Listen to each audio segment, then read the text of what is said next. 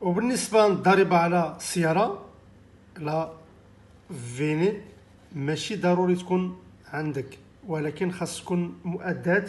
وكاينين بعض الرجال الأمن كيطلبوا توصيل الأداء، ماشي ضروري تكون عندك ولكن خاص تكون مؤداة. علاش خاص ضريبة تكون مؤداة؟ لأنها واجب قانوني سنوي. كل واحد عنده سيارة خاصو يخلص ضريبة ديالها كل عام ما بين 31 يناير باش تبقى السيارة قانونية في السير.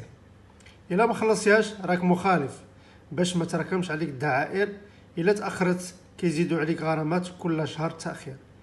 بعض رجال الأمن كيطالبوك بتوصيل الأداء باش يتأكدوا أنك مؤديا فعلا، حتى ولو ماشي ضروري تكون ديما عندك.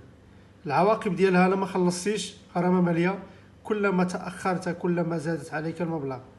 رفض تجديد البطاقة الرمادية في حالة البيع مثلا، مشاكل مع الجمارك ولا في الإجراءات الإدارية.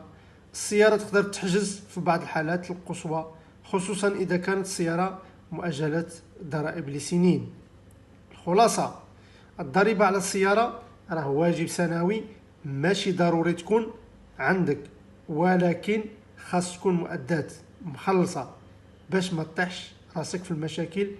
ديما خلصها في وقتها، وخلي معك توصيل الأداء إذا كان ممكن. خاصها تكون مؤداة، وتوصيل الأداء كيعفيك من غرامات، كيبين أنك قانوني.